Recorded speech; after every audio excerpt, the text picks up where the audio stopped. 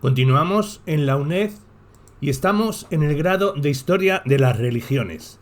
Y estamos hablando de la religión en Grecia. Hablemos de religión, mito y sociedad en Grecia. Desde los dioses de Homero, que con su intervención en el mundo de los humanos manifestaban sus simpatías y antipatías hacia ellos según vínculos de parentesco o por los honores que recibían en las prácticas culturales, plegarias y sacrificios, la religión en todas sus formas, presagios, oráculos, ritos purificatorios, ofrendas y fiestas, ha estado fuertemente unida al mito. Pese a esta unión, por la que a menudo se suele confundir el mito con la religión, se trata de realidades diferentes. El mito nos habla de los dioses y de los héroes, es un relato fabuloso en gran parte fruto de la imaginación y al que no se le son ajenos los recursos estéticos. Su vehículo de expresión es el lenguaje y su transmisión en Grecia ha sido principalmente literaria. La religión, ya sea su etimología, que se establezca a partir del verbo religare, revisar, como quería Cicerón, o de religare, atar, como Lactancio, esta se refiere a las prácticas piadosas del hombre en relación con lo sobrenatural, que entendemos como culto. Mediante la religión buscamos de los dioses el conocimiento de futuro o la correcta interpretación del pasado y del presente, o sea, adivinación. Solicitamos su ayuda, la apropiación, y tratamos de restablecer el orden transgredido cuando nuestra conducta no se atiene a las normas naturales o divinas, expiación, fijadas por la tradición y que en parte conocemos precisamente por los relatos sagrados. Pero a diferencia de los pueblos orientales, donde el saber divino se guarda en libros celosamente custodiados por colegios de sacerdotes que velaban por su contenido y eran sus únicos intérpretes, en Grecia las creencias religiosas son una manifestación más de la libertad con que este pueblo afrontó las cuestiones espirituales. Como dice Sir Moses Finley en su introducción al legado de Grecia, que dice: la piedad griega, la religión griega, se representa como una cuestión de rituales, fiestas, procesiones, juegos, oráculos, sacrificios, acciones, en suma, y de historias, mitos sobre instancias concretas de la acción de los dioses, no de dogmas abstractos. Los dioses antiguos heredados y los héroes que configuran la historia mítica de los griegos son recreados y transmitidos por los poetas que los adaptan a las exigencias de cada momento y los introducen humanizados en la realidad de la vida comunitaria. Homero y Hesíodo, dice Heródoto, que son los que crearon una teogonía para los griegos y aplicaron a los dioses sus nombres, le distribuyeron sus artes y atribuciones y le dieron sus imágenes. Que fueran estos dos poetas los que sistematizaron las creencias básicas de la religión griega, invocando la inspiración divina de las musas, explica los dos aspectos principales de esas creencias: la posibilidad de modificación del mito en sus detalles, lo que los convirtió en pretexto literario unas veces, en vehículo de difusión de ideas otras, e incluso, a veces, en instrumento de propaganda política, y la universalidad de su contenido.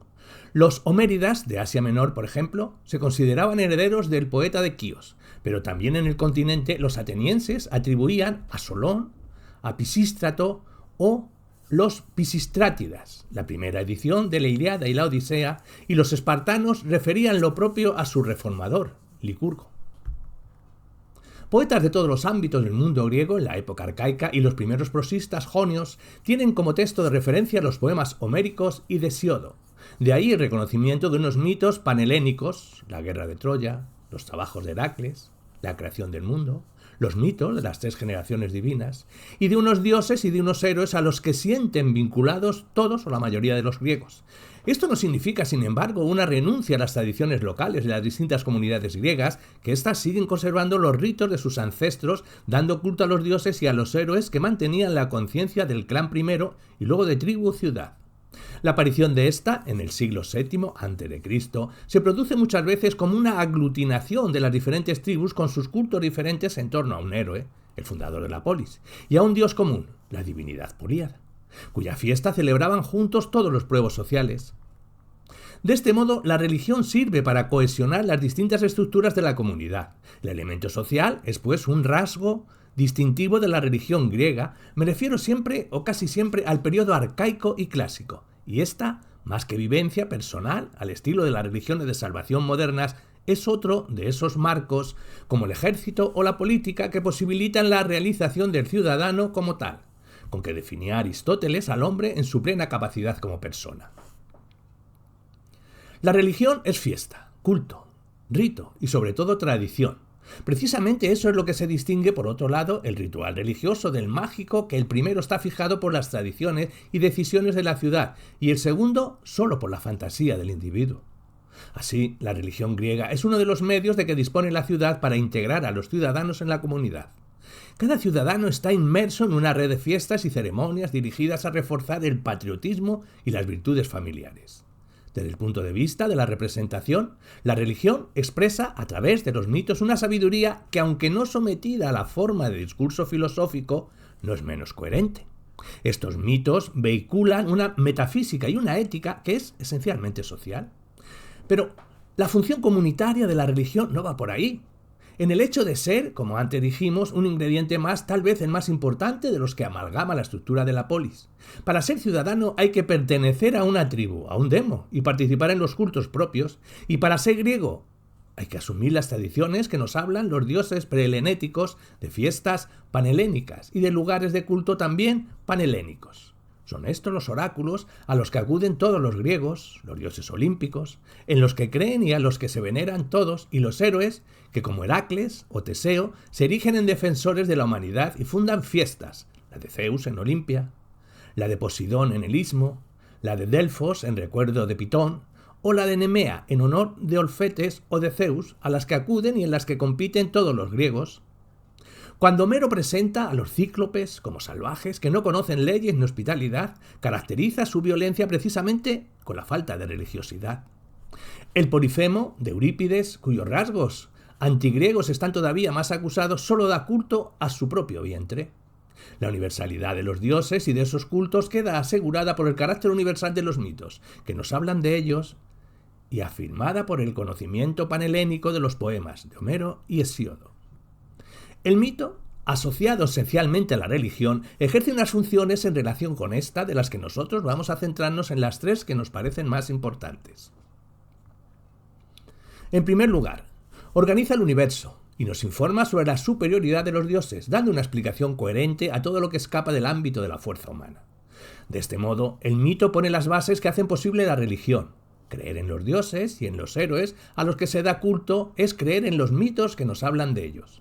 Pero es más, los mitos son el fundamento mismo de las tradiciones que aseguran ese culto. A través de ellos los griegos conocen el origen de los ritos que practican y se sienten identificados con la ciudad en la que viven. De hecho, los mitos de fundaciones de ciudades explican por qué unos dioses tienen prioridad local sobre otros en las distintas polis. Y en estos casos, casi siempre la religión está al servicio de los recursos naturales, de las peculiaridades geográficas o de la actividad comercial de esas ciudades. La importancia del olivo en el Ática queda justificada religiosamente con el mito de la disputa entre Atenea y Posidón por el patronazgo de la ciudad. La actividad marítima de Trecén, como de otras muchas ciudades costeras de Grecia, se refleja en la protección que ejerce sobre ellas el dios del mar. El culto de Hera en Argos, de Afrodita en Éfeso o de Asclepio en Epídaro se fundamenta con mitos en los que estos dioses tienen un papel relevante. Los mitos nos hablan de fundaciones, de ciudades, de santuarios y de fiestas que son comunes para todos. Es la función etiológica. Por último, ya en el entorno de la fiesta, el mito se relaciona estrechamente con los ritos. Este es uno de los puntos más importantes de confluencia entre religión y mitología, que desde Fraser hasta Burkert ha dado lugar a una amplia polémica, resuelta a favor de la reciprocidad entre mito y rito. Ni aquel presupone siempre, necesariamente este, como pensaban los ritualistas de Cambridge, con Fraser o Harrison a la cabeza, ni ambos son completamente independientes como se desprende de la crítica de historiadores como Nilsson y Kirk, entre otros. Las relaciones entre los rituales del culto en particular y entre la religión en general y la mitología no son una cuestión de Génesis, que fue antes, y que puede llevarnos a respuestas más o menos acertadas en casos concretos como el del sacrificio de Mecón por Prometeo. La relación entre mito y religión, al menos en Grecia, es un problema más complicado en el que inciden por la naturaleza misma de la tradición literaria que nos informa sobre ambos aspectos de la religiosidad griega, factores de índole bastante diversa. Las dos expresiones que nos informan sobre la actividad del hombre hacia lo divino, la de los gestos y la acción y la del relato, unas veces se necesitan mutuamente para hacer comprensible su semántica y otras discurren por caminos bien distintos que obligan a buscar la función de los mitos religiosos más allá de los estrictos límites del rito. El carácter distinto de la religión griega frente a otras religiones orientales le viene precisamente de los mitos. Gracias a ellos, los dioses son al mismo tiempo seres próximos que se dejan convencer fácilmente por el hombre y lo bastante superiores como para que no podamos prescindir de ellos. En realidad, lo que verdaderamente define a la religión, el culto, tiene sus primeras manifestaciones en la creencia del hombre en seres superiores, ya sean dioses, héroes, monstruos o las almas de los propios muertos. Podemos hablar de conciencia religiosa cuando el hombre se da cuenta de la separación entre el mundo profano y el divino y se reconoce a sí mismo como distinto de esos seres superiores que habitan en otro plano cósmico. En Grecia, esta distinción se establece con los mitos. Hay una creencia en el origen común de los hombres y dioses, y no deja de tener su importancia el hecho de que la separación se realiza mediante un mito etiológico, el de Prometeo, en el que se representa la comunión entre hombres y dioses que quiere restablecerse a partir de ese momento mediante la ceremonia más importante del culto, el sacrificio. La idea de unidad y separación justifica de esta forma, fundamenta, mejor dicho, la práctica religiosa. Pero, ¿qué es lo que hace a los dioses indispensables como nos hablan los mitos de su naturaleza? La clave es, sin duda, su condición de superhombres, que hace a Hesíodo proclamar así las excelencias de los dioses principales. Aunque prácticamente lo mismo se dice de las musas y de Hécate. Leamos aquí las atribuciones del padre de los dioses, Zeus, en el proemio de los trabajos y días. Pues Zeus, altitonante, que habita encumbradas mansiones, fácilmente confiere el poder, fácilmente hunde al poderoso, fácilmente rebaja al ilustre y engrandece al ignorado, y fácilmente endereza el torcido y humilla al orgulloso. Creer en los dioses no es para los griegos una cuestión de fe, como puede serlo para un cristiano, para un judío o para un maometano. Creer en los dioses es para los griegos una cuestión de identidad. La clave está para nosotros en la respuesta que dieron los atenienses a los espartanos cuando estos temían que aquellos se pasaran al bando de los persas en el 480 o 79, de acuerdo con el testimonio de Heródoto. He aquí lo específicamente helénico, nuestra lengua común, los altares y los sacrificios que compartimos, el carácter común que poseemos.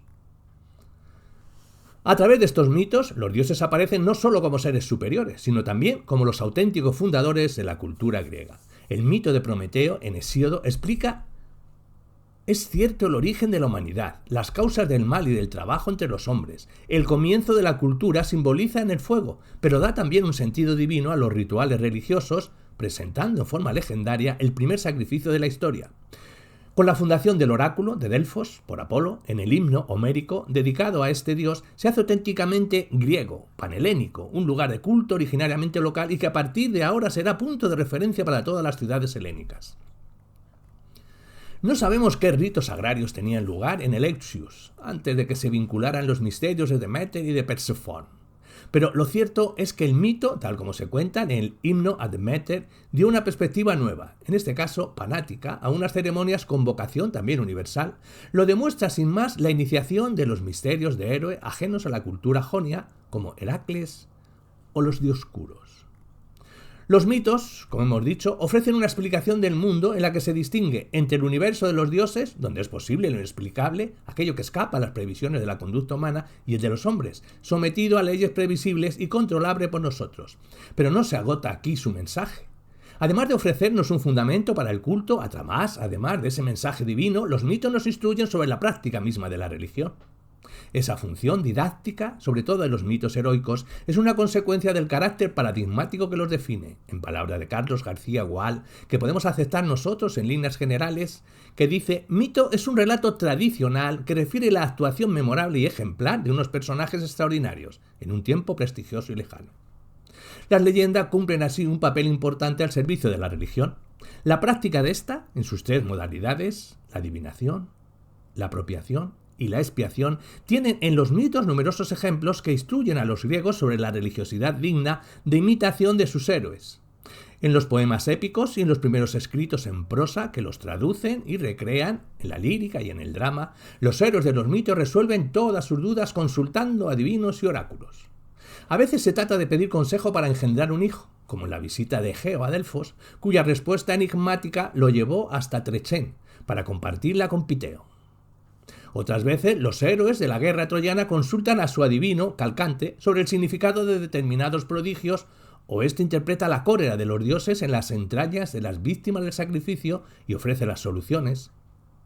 Recordemos, por ejemplo, cómo el intérprete de la divinidad propone el sacrificio de Ifigenia para aplacar la cólera de Ártemis por la muerte de un ciervo de Agamenón, o cómo obliga al rey a devolver Criseida a su padre Crises, con lo que Apolo deja de acosar con sus flechas al ejército aqueo. Tiresias es consultado en su calidad de adivino por Edipo, que quiere conocer la identidad del asesino de Layo, su propia identidad, o por Odiseo, en su descenso al Hades, para saber de antemano el camino que lo llevará al regreso a Ítaca, en la Odisea. Sus vaticinios, como los de otros adivinos míticos, Casandra o Mopso, entre ellos, siempre se cumplen en la leyenda e incrementa con ello la fe de los griegos en los dioses de la adivinación. El mismo Odiseo marchó a Dodona para pedir al roble de Zeus consejo sobre la vuelta a Ítaca. ¿Debía tras su larga ausencia volver a la luz del día o a escondidas? Adrasto, haciendo caso de un oráculo, casó a sus hijas con Polineses y Tideo, facilitando así el cumplimiento de la maldición de Edipo.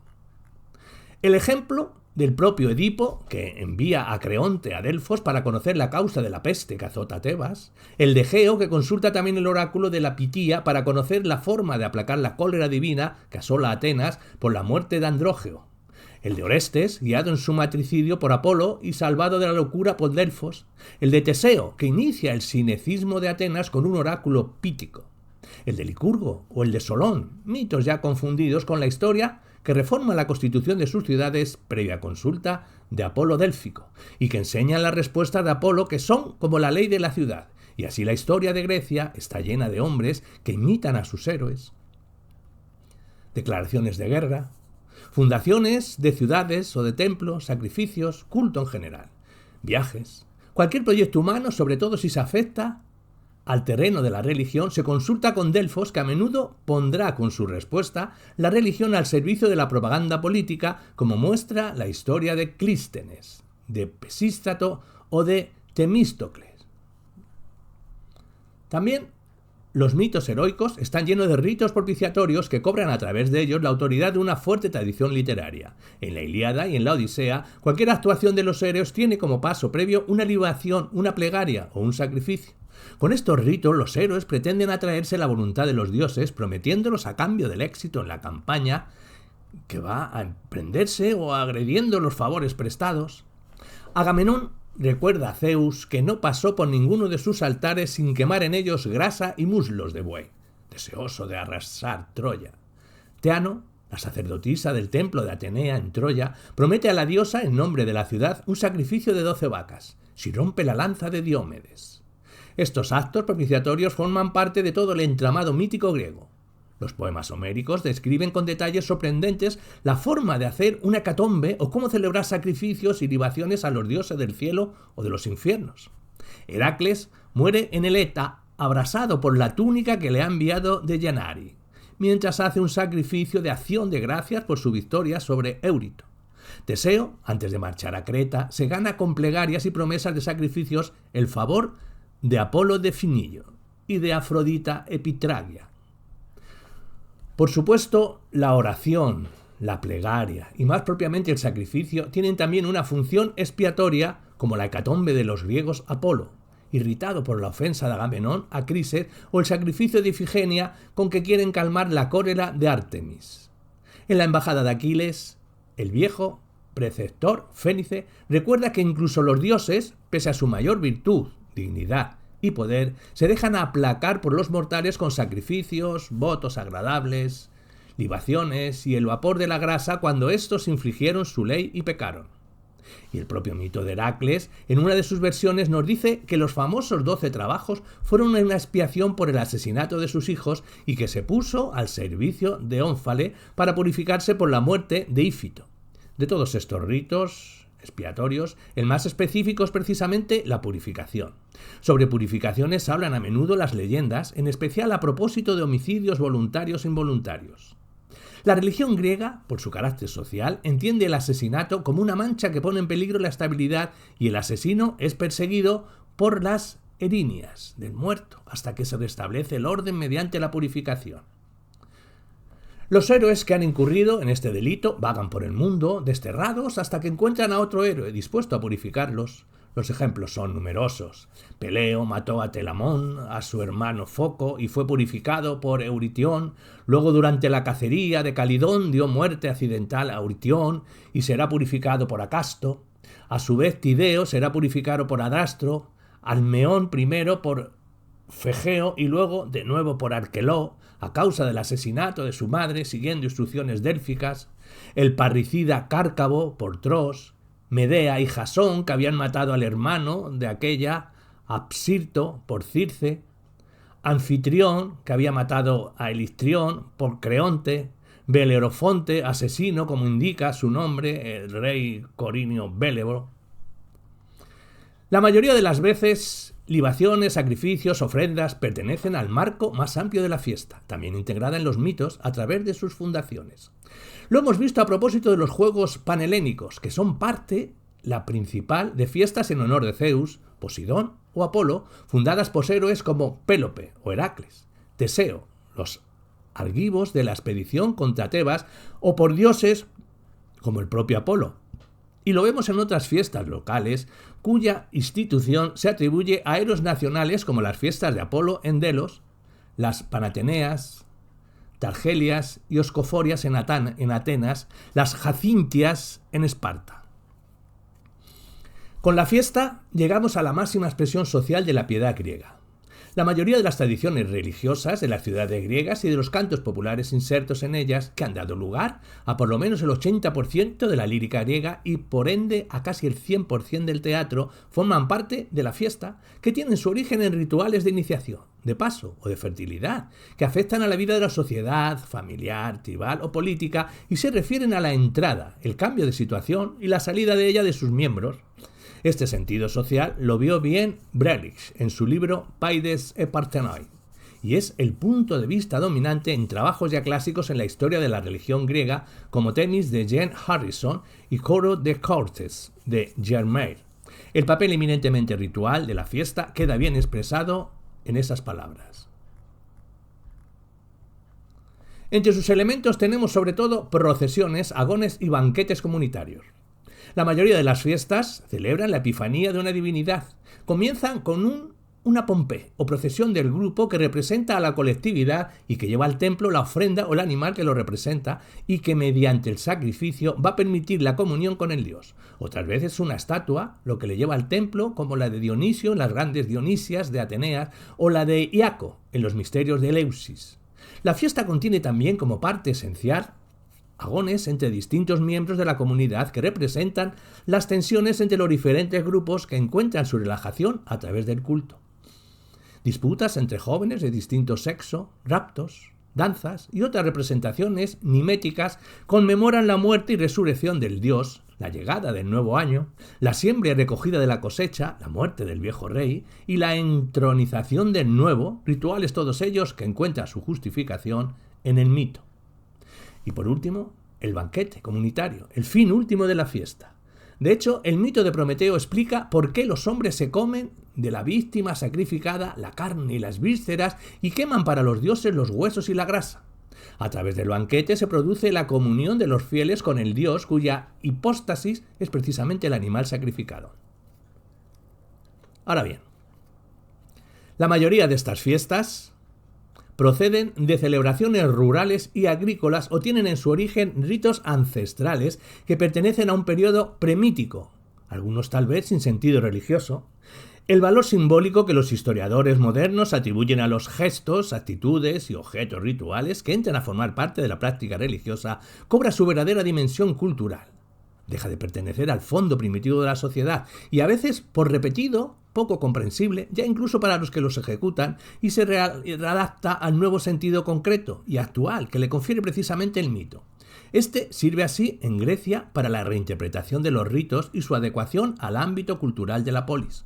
Por ejemplo, la fiesta más extendida en el mundo griego son las Tesmóforas, en honor de Demeter, diosa de la agricultura, pero estos lazos entre el año agrícola y la fiesta de la ciudad se debilitaron en la época arcaica y clásica hasta tal punto de que en la Atenas del siglo V fiestas técnicamente agrícolas se celebraban con un desfase de hasta 3 meses respecto a la estación. Con la creación de la ciudad-estado se detecta un proceso de divorcio entre los centros urbanos y su trasfondo rural. El hecho de fijar un día del mes para una fiesta representó una separación de la base natural de su celebración originaria, y el mito sirve para recuperar estos ritos primitivos e integrarlos en la memoria colectiva de la nueva estructura social. Los ritos presentes en las ésciras, las oscóforias y las pianepepsias de Atenas, fiestas probablemente reorganizadas en la época de Solón, responden a representaciones del ciclo agrario, de la iniciación de la fecundación, pero para un ateniense, el siglo V a.C., la razón de ser de su celebración es que conmemoran circunstancia del viaje de Teseo a Creta, que pasa por ser su fundador. Este fenómeno de adaptación se observa ya desde la época minoica y micénica. Celebraciones locales del rito de Eros Gamos, la boda sagrada, como los raptos de mujeres que son absorbidos por héroes nacionales conforme se amplían las fronteras políticas. Es lo que ocurre, por ejemplo, con los de Helena, Adriana y Perséfone, que podríamos añadir tal vez también el rapto de Perígone, ligados al mito de Teseo. Como ha propuesto Nilsson, al menos los 2 primeros remontan a la época micénica. Tanto Helena, vinculada al ámbito local de Afindas, como Adriana, son diosas pregriegas de la vegetación, cuya peculiaridad es la de ser raptadas, lo mismo que Perséfone por Hades. Tenemos con ello un mito pregriego, el rapto de la diosa de la vegetación por un dios, que se convierte en mito heroico de varias formas y que con el desarrollo de la leyenda de Teseo, como héroe nacional, adquieren un nuevo significado. Se integran definitivamente en la fiesta ática. En efecto, junto a los cultos nacionales estatales, cuya referencia a dioses o héroes tienen nombre propio, existen otras fiestas y ritos que demuestran cómo para Grecia, en la eterna pregunta de si antes fue la sociedad o la religión, la respuesta se inclina a favor de la primera. Lo mismo que en el fondo de nuestras fiestas religiosas subyacen rituales y celebraciones laicas, lo mismo que muchos de nuestros santos sugieren para sustituir a dioses o héroes del culto pagano, las fiestas de la antigua Grecia casi siempre encierran ritos ancestrales realizados en torno a hechos de importancia social extraordinaria. En el origen de muchos de estos cultos se encuentran ceremonias de transición de una etapa de la vida, como la pubertad, a otra, o de una etapa de prenuria a otra de bienestar económico, como en la recolección. Allí están siempre los dioses, para proteger y sancionar la integración del joven en la sociedad, para asegurar la continuidad futura del ciclo al recibir las primicias de los frutos. Allí están los héroes, que servirán de modelo educativo a los jóvenes para hacer lo que ellos ya hicieron. El triunfo del nuevo sobre el viejo año, la muerte del rey viejo, sustituido por el joven, el nacimiento y muerte del héroe son manifestaciones distintas del mismo elemento ritual de recibimiento o búsqueda, acompañado de alegría y de despedida dolorosa. Estos ritos se encuentran presentes en casi todas las fiestas, reinterpretados y adaptados a la nueva estructura de la ciudad gracias al mito. Por ejemplo, los gritos de dolor y las manifestaciones de alegría en la fiesta de Oscoforias conmemoran la muerte de Geo y el regreso de los jóvenes sanos y salvos, tras la muerte de Minotaurio por Teseo. En las Targelias se expulsa al fármaco con todos los males de la ciudad y se trae a Eirisón, una rama de olivo adornada con frutos y cintas que simboliza la llegada de la primavera. En las Oscoforias, una vez más, se reinterpreta el ramo como el caduqueo coronado de heraldo que anuncia la muerte de Geo. También los agones entre sexos tienen sus variantes míticas. Son ritos que incluyen el rapto y el matrimonio, el hierois gamos. Pero el fuerte sentido social de la religión griega se evidencia sobre todo en la relación que hay entre mito y determinados rituales de transición o de iniciación, estudiados por Burker y más recientemente por Dowden. Veamos algunos ejemplos a propósito de los ritos de adolescencia. Antes de aparecer la polis, los grupos sociales imponían a los niños determinadas pruebas rituales para admitirlos como miembros del grupo. El adolescente era apartado de sus compañeros de edad, exclusión que significaba una muerte temporal. Luego vivía apartado de los hombres, en contacto con las potencias sobrenaturales, y finalmente se reinsertaba en el clan como un resucitado. La infancia de Aquiles incluye diversos temas iniciáticos. Primero fue criado por Tétis, Eutrofa, que para eliminar su parte mortal lo introducía en fuego o en un recipiente con agua hirviendo o en las aguas de la Estigia. Cuando Peleo lo descubre, aparta al niño de su madre y lo entrega a Quirón, prototipo de educadores teriomorfos. Ya adolescente es enviado disfrazado de muchacha a la corte de Licomedes. Los travestimientos sexuales tenían lugar en las iniciaciones juveniles y esto da sentido ritual al mito, ya que Licomedes, como hombre lobo, puede entenderse como un hechicero. También Teseo ofrece una parte de su cabello al dios de Delfos, como hacen los atenienses de la historia cuando alcanzan la pubertad, y su inmersión en el mar para recoger el anillo de Minos, en un poema de gran belleza compuesto por Bakílides a comienzo del siglo V a.C. para una fiesta delia. Parece una adaptación de un ritual de transición. Lo que trae no es en realidad el anillo de Minos, sino la corona de boda de Anfítrite, símbolo que ha alcanzado la madurez sexual y que está habilitado para el matrimonio. El travestismo de Aquiles, traicionado por su valor guerrero ante las armas que le ofrece Odiseo, encuentra paralelos en los dos muchachos atenienses integrados entre los compañeros de Teseo, vestidos de mujer, e incluso en el propio Teseo. Cuenta Pausanias que a su llegada al templo, en construcción de Apolo Delfinio, los albañiles se burlaron de él por su aspecto afeminado, como una doncella que en la edad del matrimonio viaja sola.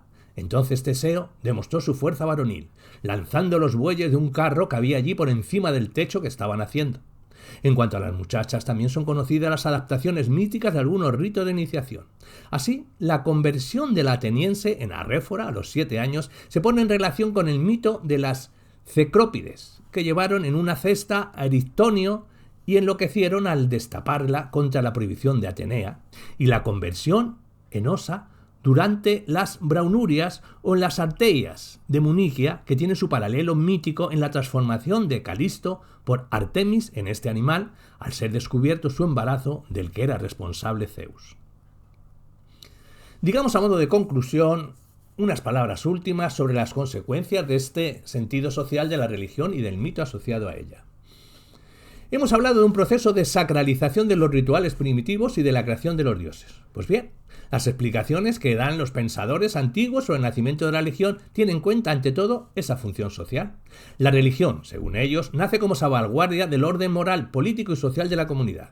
Aristóteles es consciente de esto cuando afirma de los dioses que puede asegurarse filosóficamente su existencia, pero que respecto a los demás, o sea, el mito y el culto, se introdujo para persuadir a la multitud y para servir a las leyes y al interés del Estado. Ya antes, Isócrates había dicho que aquellos que implantaron este miedo a los dioses en nosotros pretendían que no nos comportáramos unos con otros como bestias salvajes. La misma idea flota en la crítica de la religión por parte del sofista Critias, en su drama satírico Sísifo. Y en el polo opuesto, eso es lo que justifican a los ojos de Plutarco, un moralista de la época imperial, la introducción de creencias irracionales en los miembros de la sociedad. Mencionemos dos instituciones sociales en las que se refleja este grado de moralidad y orden introducido por los dioses en las relaciones humanas. La primera es el juramento, que tiene por objeto garantizar el cumplimiento de un compromiso. Pues bien, es su ritual y hay elementos religiosos importantes. Consiste en la invocación de poderes extrahumanos, casi siempre dioses. Generalmente se acompaña de un sacrificio animal y una libación. Un ejemplo antiguo con sacrificio. Aqueos y troyanos han decidido que el conflicto se resuelva mediante un duelo particular entre los dos principales implicados, Menelao, el marido engañado, y Paris, el raptor de Helena. Pues bien, el pacto será sellado con un juramento presidido por Príamo, al que los troyanos aportan 2 corderos, uno blanco y otro negro, para la tierra y el cielo, y los aqueos un cordero para Zeus. Los reyes, rodeados por los suyos, se lavan las manos. Los heraldos mezclan vino y dan una copa a cada uno. Hace el sacrificio a Agamenón, que corta con unos pelos de las cabezas de los corderos y pronuncia el juramento. Padre Zeus, el más ínclito y poderoso, que gobiernas desde el Ida, y tú, oh sol, que todo lo ves y lo escuchas todo, y vosotros, ríos y tierra y dioses subterráneos, que castigáis a los hombres tras la muerte. A cualquiera que jurando sea perjuro, vosotros sed testigos y velad por los leales juramentos. Aquí todavía se invoca en términos predeísticos el orden cósmico, el sol, la tierra, los ríos y las potencias infernales, como garantía para el juramento. En tiempos post-homéricos serán los distintos dioses individuales de la polis quienes ocupen el puesto principal en su fórmula, pero también allí en el juramento de Homero, Zeus, el dios principal y más poderoso, mantiene una primacía como Zeus Orkios.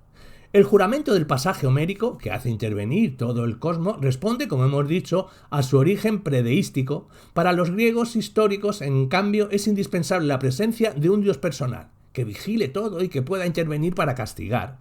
Ese dios seguirá siendo, por lo general, Zeus, que a través de su hija, Dic, así lo hizo Hesiodo, persigue las injusticias y castiga los perjuros. Es el mismo dios, Zeus, bajo cuyo exclusivo patronazgo queda la otra gran institución, esta sí específicamente griega, que son los lazos de hospitalidad. Su historia, como la de casi toda la cultura de Grecia, remonta a Homero y por su carácter mitad social, mitad religioso, define bien la raza de los griegos frente a la de otros pueblos. El miedo a Zeus, Senios, reclamado y puesto por testigo por Odiseo en su encuentro con Polifemo, asegura el funcionamiento de un compromiso social entre desconocidos que no se atiene a leyes escritas. Sin miedo a los dioses no hay barreras ni cobijo en esas relaciones sociales. También esta última idea es tan antigua como el diálogo entre Odiseo y Polifemo, en el canto 9 de la Odisea, al que hemos hecho referencia, frente a los griegos cuya existencia tiene sentido en una comunidad protegida por los dioses y en particular por el más poderoso de ellos, Zeus, hospitalario. Polifemo vive solo, apartado de los demás, sin miedo a los dioses y preocupado sencillamente por su existencia. En un alarde de ese individualismo que atribuía el Odiseo homérico a este pueblo de salvajes gigantes, el cíclope de Eurípides proclama su negación de los dioses.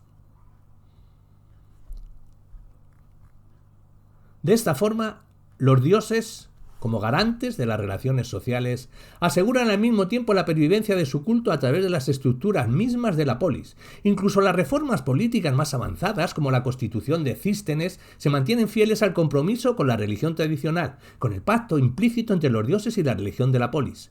Mito y religión, por tanto, se conectan entre sí precisamente a partir de esta vertiente comunitaria que tiene la sociedad griega desde su origen tribal y que acabará cuajando en la estructura de la polis arcaica y clásica. El fin de la polis, con Alejandro, la entrada de nuevos dioses y nuevos ritos en época helenística y romana dará un sentido nuevo a la religión y obligará a potenciar aspectos nuevos, distintos de la simple creencia en los mitos, sus interpretaciones histórica, moral y física que aseguran la pervivencia de los mismos como metáfora. Estarán entonces más próximos a la actitud personal, íntima del hombre, que al espíritu comunitario que hacía sentir como propios los dioses y héroes, cuyas historias se contaban en los relatos míticos integrados al ritual religioso.